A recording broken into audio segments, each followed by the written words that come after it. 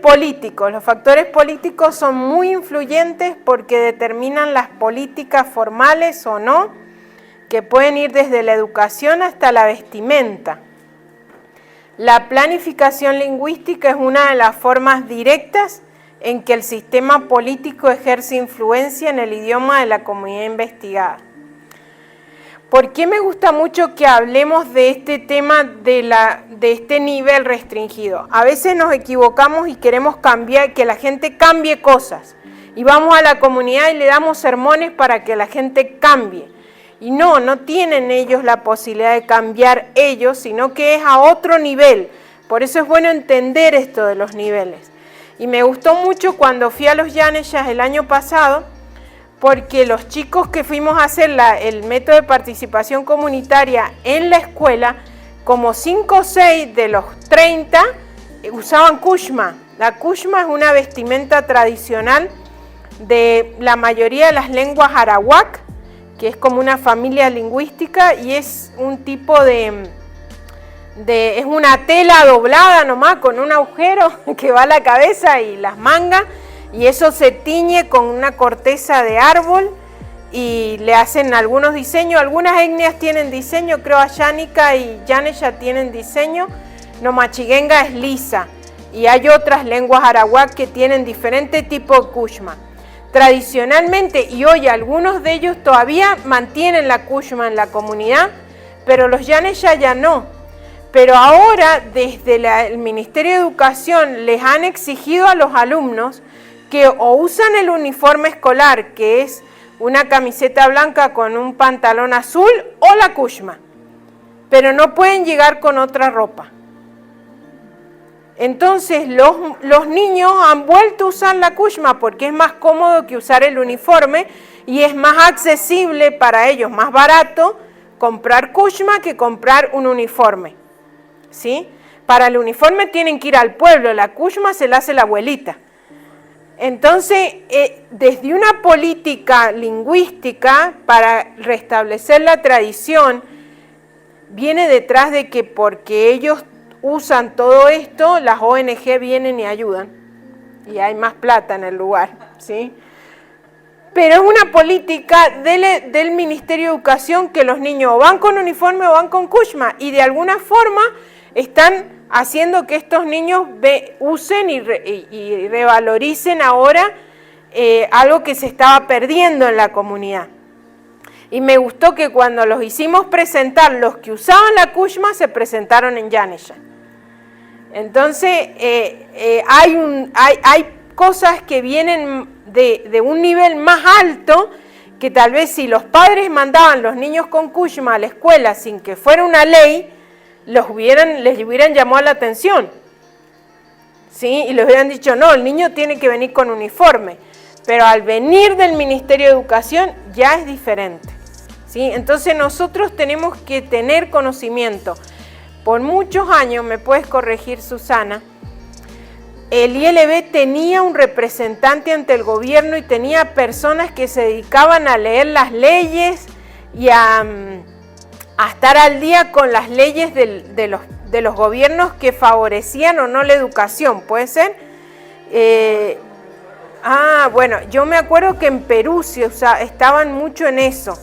Siempre el ILB como al día, ¿sí?, de qué se estaba hablando sobre educación, sobre derechos lingüísticos para... Sí, de los periódicos, sí, y de... Sí, pero como que había un acercamiento siempre a lo que se movía a nivel político. ¿Te acuerdas? Sí, los que hacían relaciones públicas a veces estaban como muy pendientes de eso. Sí, y el tema era que en esa época el ILB tenía sus oficinas muchas veces dentro de los ministerios de educación. ¿Sí? Por mucho tiempo el ILB tuvo influencia en los ministerios de educación, tenía su oficina, tenía contrato, tenían oficina en el ministerio en Perú, en Colombia, en Papúa Nueva Guinea siempre hubo gente en el ministerio también, ¿sí? Entonces, es muy importante tener en cuenta estas leyes o estas acuerdos que se hacen a nivel restringido que tal vez no siempre van a ser negativos, a eso quiero ir. Siempre categorizamos este nivel restringido con algo malo, pero no siempre va a ser malo. Y de eso nos tenemos que agarrar nosotros, de las cosas buenas que pueden pasar a este nivel, como la ley de derechos lingüísticos, ¿sí? Como la oficialización de todas las lenguas acá en México. Entonces necesitamos estar atentos de alguna forma a qué se está hablando, a cuáles son los derechos que tenemos como hablantes de lenguas minoritarias o como colaboradores en el desarrollo de idiomas, ¿sí? Esto nos va a ayudar mucho. Y en la evaluación sociolingüística nos va a ayudar a saber quiénes son las personas claves para asociarnos. ¿Cuáles son las organizaciones claves para asociarnos? ¿Sí? Yo entré, el primer trabajo que hice en Argentina, entré a un municipio mocoví, que es un idioma nativo en Argentina, que tenía fue por la gracia de Dios, ¿verdad? Porque caímos de casualidad. Se nos rompió la camioneta en la que íbamos y nos dijeron que ahí había una comunidad y a dedocracia me eligieron a mí y a una compañera y nos dejaron ahí en esa comunidad sin que hubiera iglesia, sin que hubiera testimonio evangélico. Ahí nos dejaron, había solo una iglesia católica y resulta que era el primer municipio aborigen del país en Argentina. La primera vez que un municipio era reconocido por el gobierno y tenía una intendenta mujer, indígena, que había estudiado y todo. En Argentina es muy terrible el reconocimiento a los pueblos aborígenes. Recién en el año 1994, cuando se renovó la Constitución, se reconoció que había pueblos aborígenes en la Argentina. 1994. Es terrible y los van como empujando a los lugares más feos del país, donde no hay agua, donde no tienen recursos natural. Es terrible, terrible. Pero bueno, llegamos a ese municipio y no había iglesia. Y yo había aprendido, porque esto era como la parte práctica de la Escuela de Misiones Transculturales, yo había aprendido a servir a una iglesia. Y no había iglesia, así que nos fuimos a saludar a la intendenta y le empecé a preguntar yo si había libros, ¿sí? Yo soy muy de la biblioteca.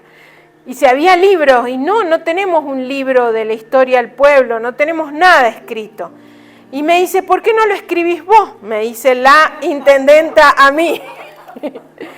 Entonces yo le dije que sí, que me gustaba la idea porque es una de mis pasiones, pero que me ayudara alguien de la comunidad. Así que ella asignó 5 personas de la comunidad que me acompañaran, nos dieron máquinas de escribir, porque eso fue en el año 2000, nos dieron máquinas de escribir y yo los mandaba a buscar información, ¿sí? A los viejitos de las comunidades porque están muy alejados.